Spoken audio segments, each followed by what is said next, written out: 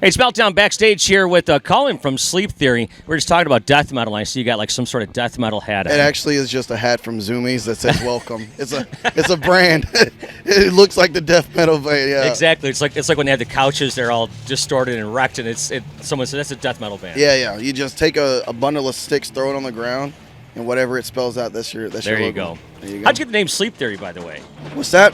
Sleep Theory. How'd that come about? I actually, for a year, I was trying to figure out, maybe even 2 years, was trying to figure out a name, and was in and out of different names, was going back and forth, and then somebody had said, have we tried scientific words, like anything scientific? And I was like, so I literally Googled scientific words, and a list of 100 scientific words came up, and on 2 columns it had a whole bunch of different words, this and that and this, and of all those words, all I saw was REM sleep, and on the other side, down on the bottom, is just theory, and everything else just phased out, and all I saw was sleep theory. Okay. Well, I saw REM sleep theory, and I was like, let's just take off the REM and just have sleep theory, and so that's just how that kind of happened. Yeah, and you guys, I'm not going to say your rise to fame has been quick, but you guys just really started a few years ago, didn't you? It's been a studio project. I started on my own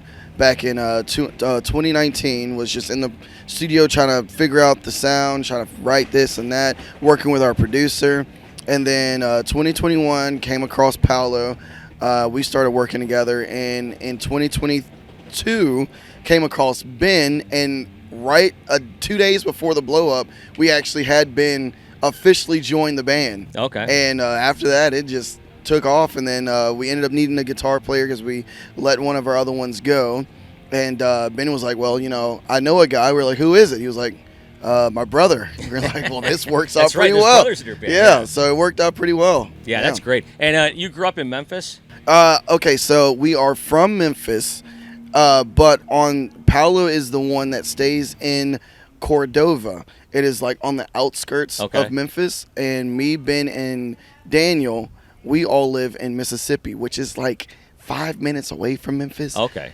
It's easier to say, oh yeah, we're from Memphis, rather than saying we're from South Haven, Mississippi. It's Memphissippi. It's like right there. Memphissippi. That wasn't right in there. my bingo card save that term, but yeah, it's like when you're from here. It's like you say you're from Detroit, no matter where you're from around here, because nobody knows. Yeah. Is right there. And your father was a musician? Yes, he was. He was an R&B guy? He was, believe it or not, he dabbled in country. Oh, okay. He did R&B, country, he was, yeah. And do you get your? I know what you said before that. Your songs are primarily pop songs with heavy guitars and stuff. Do you get your pop sensibility maybe from him? Or where does that come from? It just comes from a vast different sources of music. On the way driving all over for the last few weeks, I was just playing all different kinds of stuff, and even Daniel was just like, where is this coming from? I was like, man, you just never know what you're gonna get with me, man. It ranged from Barry White to Lionel Richie to Dua Lipa to Frank Ocean. It's just all over the place, man. It's just I truly just enjoy all the different sounds that after listening to a whole bunch of the songs, I even had a Barry Manilow in there, Phil Collins, listening to a whole bunch of these different songs. You kind of start to realize, man, a lot of the stuff I do draw influence from. Did you see that? Did you see the Greatest Night in Pop on Netflix with when they put together that We Are the World song? I haven't seen that. No. Oh no, that's great. You should watch that if you want to get your Lionel Richie's. That's why. Okay, yeah. I don't know if you have you listened to Billy Ocean before? I've heard of him. I can't say I listened to him. Man, Billy Ocean, man, it's just all over the place. Yeah. Love it. That's awesome. Hey, so you were in the military, correct? Yes. And you were in the Army National Guard. Okay. Yeah. Gotcha. I was coming down here today, and I was trying to think to myself how many other guys I know in this business that were in the military, and I can only think of one. Chris Henderson from Three Doors Down was in the Navy. Okay. But how does being in the military affect maybe your day-to-day or perhaps going about with Sleep Theory? Well, when it comes down to just doing things, it's a whole lot easier because my brain is already just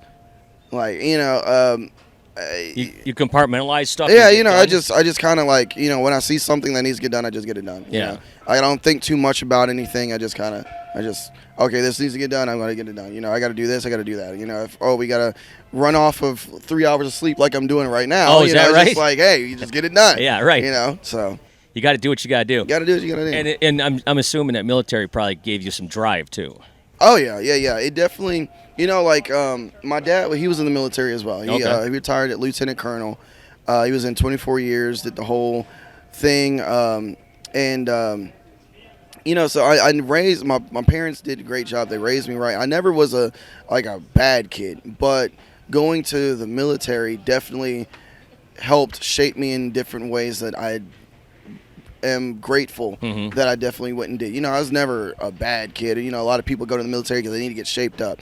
It's something that I'm glad that I'm done with, but it's something I am happy that I did. I think everybody should, in some way, shape, or form, have some kind of training. Yeah, I was going to ask you if you think that more people should have to do that. I think that what would be cool is having an option after you get out of high school, saying, hey, let's go get the training. If you like it, join. If you don't, at least you've got some kind of training. But that's just me. I think there are some countries where you have to enlist, and that's not a terrible idea. It's not a terrible idea, but if someone forced me to do it, right. I'd probably be like, man, I don't know.